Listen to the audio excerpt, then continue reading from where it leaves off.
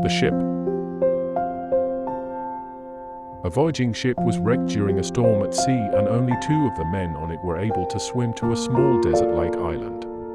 The 2 survivors, not knowing what else to do, agreed that they had no other recourse but to pray to God.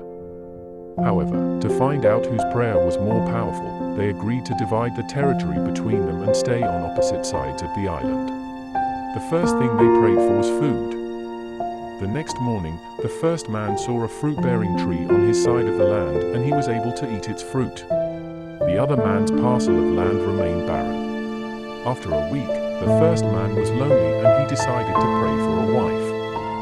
The next day, another ship was wrecked, and the only survivor was a woman who swam to his side of the land. On the other side of the island, there was nothing.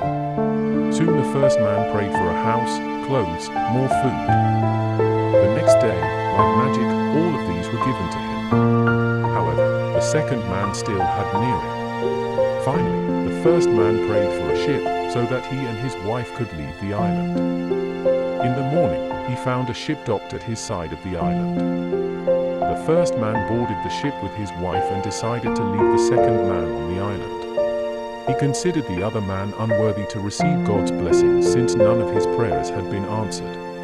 As the ship was about to leave, the first man heard a voice from heaven booming, "Why are you leaving your companion on the island? My blessings are mine alone." Since I was the one who prayed for them, the first man answered. His prayers were all unanswered, and so he does not deserve anything. "You are mistaken," the voice rebuked him. "He had only one prayer, which I answered. If not for that, you would not have received any of my blessings." "Tell me," the first man asked the voice, "what did he pray for that I should owe him anything?"